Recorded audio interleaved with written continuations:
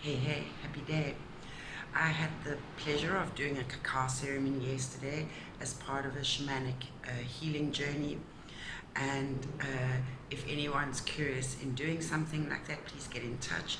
I'd love to organize and invite you to an event where we do that.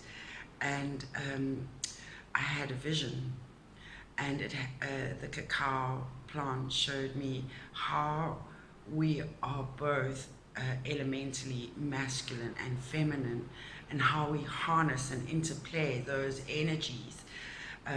Whether we are a woman, we still have masculine archetypal tendencies, which is the yang.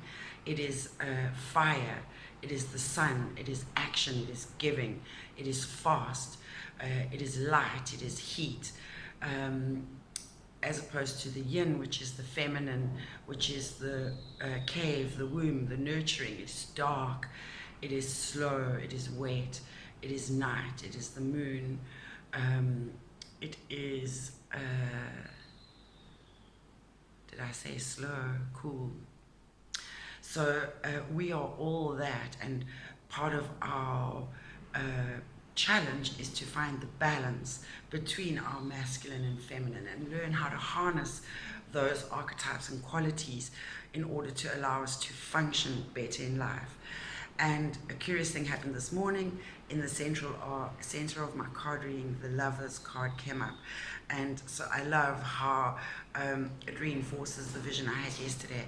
So let me get onto that quickly to keep this short as possible. These are such complex concepts, really, but we like to keep it simple, and try and explain them through the visions. So there was a vision of the cacao tree, which is quite a delicate tree, and it grows in very specific conditions. However, essentially, what I saw was, as the tree was growing, when it was still young and tender, and subject to the elements, it was feminine in nature. It was pulling everything in towards itself to grow and become a solid, stable, grounded structure. And at some point, when it became more woody and barked, and the big leaves and what have you started to form, at that point it started to become more masculine.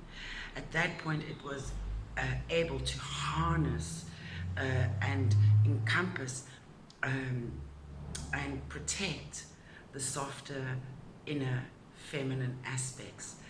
And what happened in its protection, in protecting that inner feminine quality and fending off the external elements, what happened was the tree was able to bloom and bear fruit.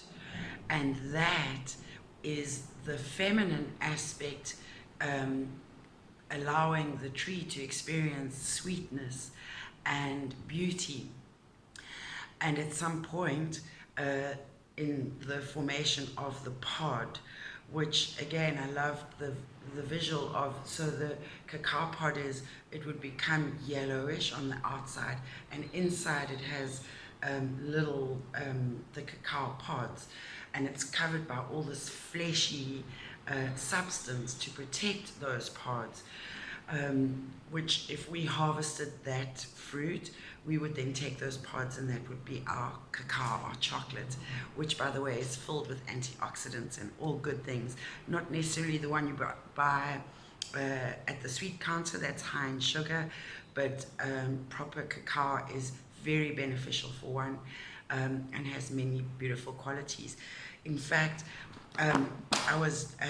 my curiosity was piqued after yesterday's ceremony, so I went and had a look in one of my books, the Encyclopedia of Healing Foods, the authors of the Encyclopedia of Natural Medicine, which is Dr. Michael Murray and Dr. Joseph Pizzorno, with Laura Pizzorno. And I loved this little bit that popped into my frame of reference, which ties in beautifully with the Lovers card that came up today. The man culture has been conquered, has been conquered by that of the Aztecs, a civilization that attributed the creation of the cacao tree to their god Quetzalcoatl, who, descending from heaven on a beam of the morning star, brought with him a cacao seedling stolen from paradise. To the Aztecs, cacao beans were so valuable they were used as currency, and only those wealthy enough to have money to drink used the beans to make chocolate, which pronounced chocotlal, is a drink though thought to confer wisdom and power. It's high in magnesium too, so it's a very relaxing plant to eat or food to eat. Essentially, let me hop back to the cacao pod. So if that fell, because at some point it would ripen and get heavy and fall to the ground, so the seeds would then go into the ground, and the ground would be the masculine aspect, and that would support the seedling and allow it, that tender seed, to find roots and grow, and it would then be supported by the hard. And so it's the kind of message that comes through is the hard always supports the soft, and should always encompass it and protect it, because it has the qualities to do so. And asking something to act outside of its nature means that it can't function in the way that it's elementally and essentially supposed to. So I hope that's not too complicated, and I could post more on this card perhaps later if I get the chance. I'm being blessed with getting a little busier and at work, and so in between, when I find the time, I will try and back these readings up with the esoteric messages. So namaste in Lakesh. Happy day.